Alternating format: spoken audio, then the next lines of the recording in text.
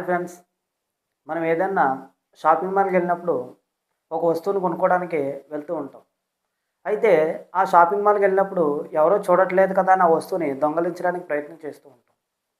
కానీ మనల్ని ఎప్పుడూ కూడా ఒక కెమెరా అనేటువంటి సీసీ కెమెరా ఎప్పుడూ కూడా గమనిస్తూనే ఉంటుంది.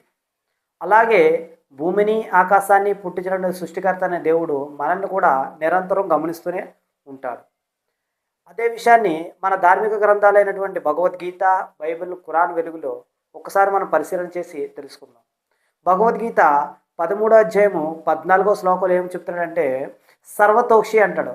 అంటే దేవుడు సమస్తాన్ని చూసేవాడు. అదే విషయాన్ని బైబిల్లో సామెతలు 15వ అధ్యాయము 3వ వచనంలో ఏమని చెప్తాడంటే యెహోవా కన్నులు ప్రతి స్థలము మీద ఉండును అన్నాడు. అదే విషయాన్ని ఖురాన్లో ఏం చెప్తాడంటే ఆయన సర్వము చూస్తున్నాడు.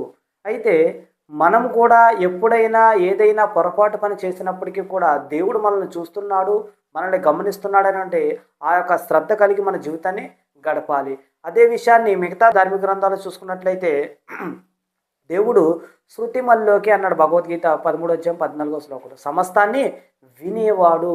అలాగే బైబిల్ గ్రంథంలో ఏమని చెప్తున్నాడంటే కీర్తన గ్రంథంలో తెలియపరుస్తాడు ఏమనంటే చెవులు కలగ చేసినవాడు వినకుండునా అంటాడు. అలాగే ఖురాన్లో ఏమని చెప్తాడంటే దేవుడు సర్వాన్ని వినేవాడు.